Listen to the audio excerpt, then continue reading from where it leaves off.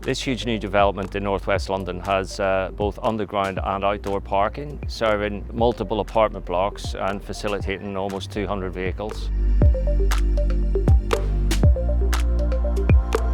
Parklive are provisioning all of these bays to enable each resident to have an EV charger fitted affordably at any time they want to in the future.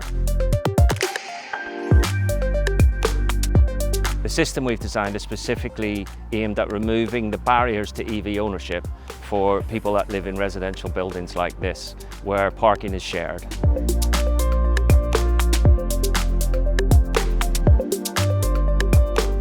So obviously there's going to be many challenges with a site like this, where there's 2 separate car parks serving multiple buildings, 200 bays, no consistency to how they're laid out. For example, some of the bays won't even have a wall or a pillar next to them where we can mount a charger. So unless we're going to hang it in free air, we're going to have to come up with something for that.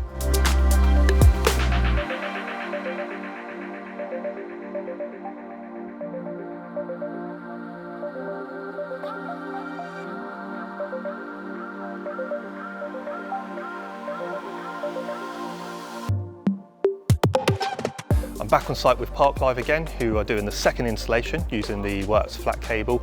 What this allows the guys to do is really simply put in the EV charging infrastructure. One of the big challenges with apartment blocks is the amount of power available on site, and one of the ways that the Works flat cable allows us to manage this is by having a single cable run with multiple charge points on. And with the Zaptec Pro EV charging system, the way the chargers load balance between each other allows this to happen.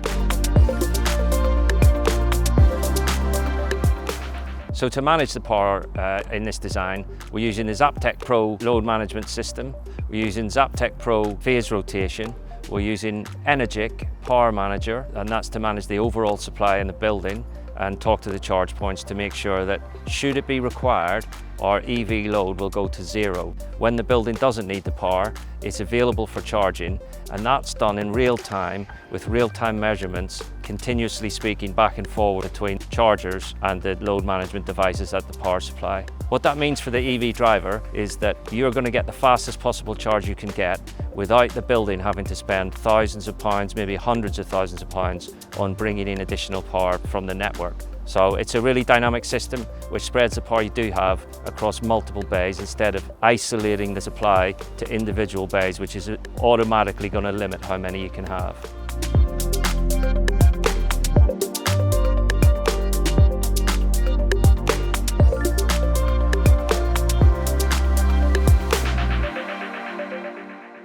And finally, how do we pay for it? This site's going to be supported by the OZEV grant for EV car park infrastructure in residential buildings. That's going to allow us to get up to £30,000 per block across the site, giving £850 grant per parking bay. It's a fantastic amount of money.